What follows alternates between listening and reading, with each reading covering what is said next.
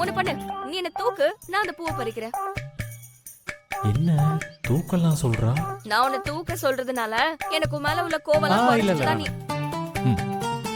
உனக்கு அந்த பூ வேணும், அதுக்கு நான் உன்னை தூக்கணும், அவ்வளவுதானே?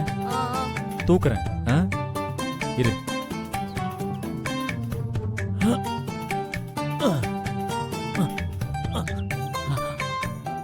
எப்பா, ஆள் பார்க்கதான் தப்பு குச்சி மாதிரி இருக்கா, தூக்கனா இந்த கணக்கணக்குறா. நந்தினி சீக்கிரம் பறி, சீக்கிரம் நந்தினி.